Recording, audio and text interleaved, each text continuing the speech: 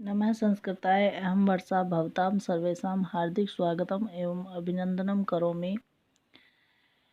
आज हम कारक प्रकरण में संस्कृत प्रश्नोत्तरी के में 90 से 111 तक क्वेश्चन लेंगे। कारक प्रकरण के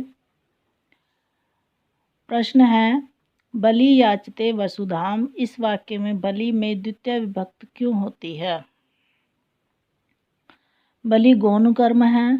अपादान की विशेष विवक्षा नहीं अपितु अविवक्षता है। अकथितम च सूत्र से कर्म संज्ञा होती है या उपयुक्त सभी कारणों से। तो बलिम याचते वसुधाम में बलिम में द्वितीय विभक्ति उपयुक्त सभी कारणों से होती है। द्विकर्मक धातु उदाहरणम अस्ति। अध्यापकः छात्रान् पाठयति, अध्यापकः छात्रान् पाठयति, अध्यापकः छात्रान् पृच्छति या अध्यापकः छात्रं प्रश्नं पृच्छति। द्विकर्मक धातु में अध्यापकः छात्रं प्रश्नं पृच्छति। वृक्षात् अविचिनोति फलानि, अत्र अविवक्षितं कर्म भवेत्। वृक्षेण वृक्षं, वृक्षे वृक्षै। तो वृक्षात् अविचिनोति फलानि वृक्षम। अकथितम च इस सूत्र का उदाहरण है। विषम भुंक्ते हरिम भजति, विषम पुष्प अविचिनोति गृहम गच्छति बालकः। तो वृक्षम पुष्प अवचिनोति। अकथितम च इत्यस्य सूत्रस्य उदाहरणम् अस्ति। मानवकं धर्मं ब्रूते, धर्म जानाति वेदेन, वनं गच्छति रथेन, मानवकाय दीक्षां ददाति। तो मानवकं धर्म ब्रूते, मानवकम धर्म ब्रूते।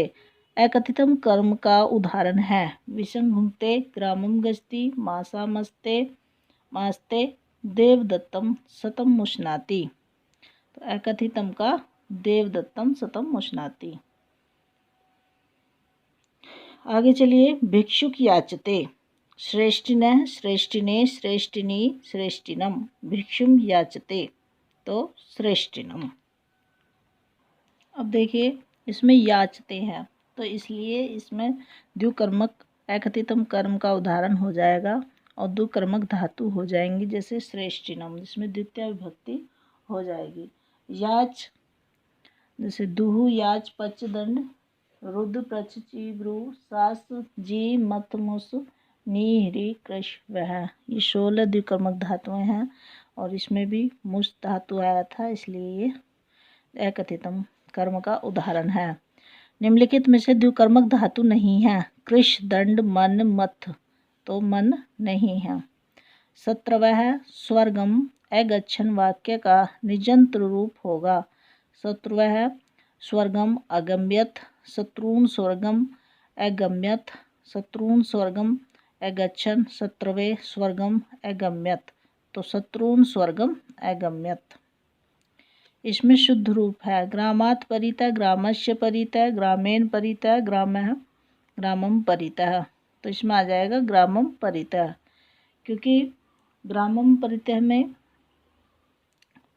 एक सूत्र है। अभितः परितः समया निक्सा हा प्रतियोगे अपि द्वितीया। अभितः परितः समया निक्सा हा प्रतियोगे अपि द्वितीया। तो इसमें द्वितीय विभक्ति होती है क्योंकि यहाँ पे परितय आ गया है। परितय मीन्स चारों ओर। ठीक है। इस अर्थ में परिकर्म प्रवचनीय होता है। पूजा भाग अतिक्रमण समुच्चय, तो परिकर्म प्रवचनीय होता है भाग। आगे देखिए।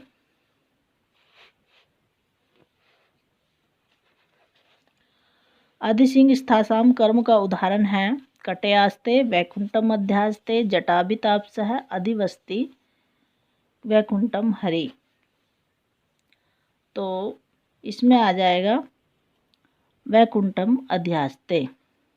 अधिसिंह स्थासाम कर्म सूत्र संबंधित है प्रथमा विभक्ति से, द्वितीय विभक्ति से, तृतीय विभक्ति से, चतुर्थी विभक्ति से।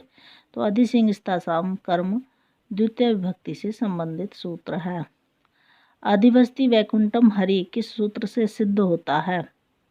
अधिसिंह स्थासाम कर्म से, अधिगर्थ दयेशाम कर्मणि अधिपरि अनेकर्थो या उपांग वध्यांग वस है, उपान वध्यांग वस ही आएगा इसके। अनुहरि सुरहा किस सूत्र का उदाहरण है? हेतौ हीने तृतीयार्थे अनुलक्षणे अनुहरि सुरहा का उदाहरण हीने।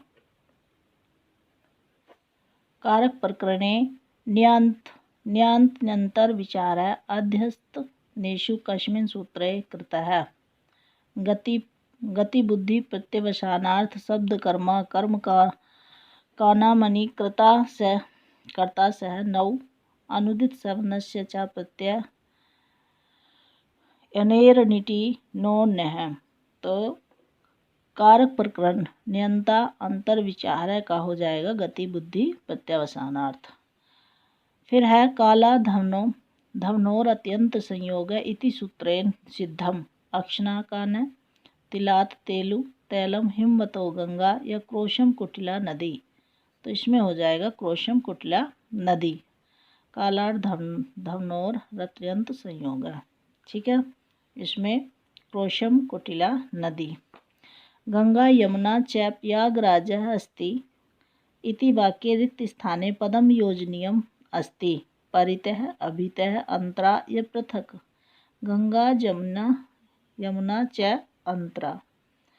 शम्या नदी वहति नगरम नगरस्य नगरात् नगरेण नगरम नगरम शम्या नदी वहति। तस्मै विना कथम कथितम परियोजनस्य परियोजनम परियोजने परियोजनाय तस्मै विना परियोजनम।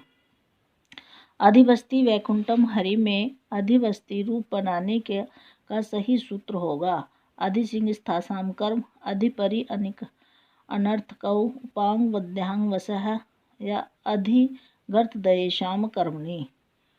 तो इसमें अधि और वश धातु है तो उपान वध्यांग वस है। फिर है अधिभुवि राम है में कर्म परिवर्तनीय संज्ञा किस सूत्र से होती है? अधिरश्वेर कर्म परिवर्तनीय अधिगर्थ दयेशाम कर्मणि अधिपरि अनेकर्थो। अधिभुवि राम में कर्म परिवर्तनीय संज्ञा अधिरीश्वरे है। तो मित्रों, मैं आशा करती हूँ कि आपको ये क्वेश्चन अच्छी तरीके से समझ में आ रहे होंगे। इसी तरीके से आपको ये प्रश्नोत्तरों ये संस्कृत प्रश्नोत्तरी कारक प्रकरण को लेकर हम चलेंगे। इसी के साथ मैं अपनी वाणी को विराम देना चाहती हूँ। नमः संस्कृताय। कल फिर मिलेंगे।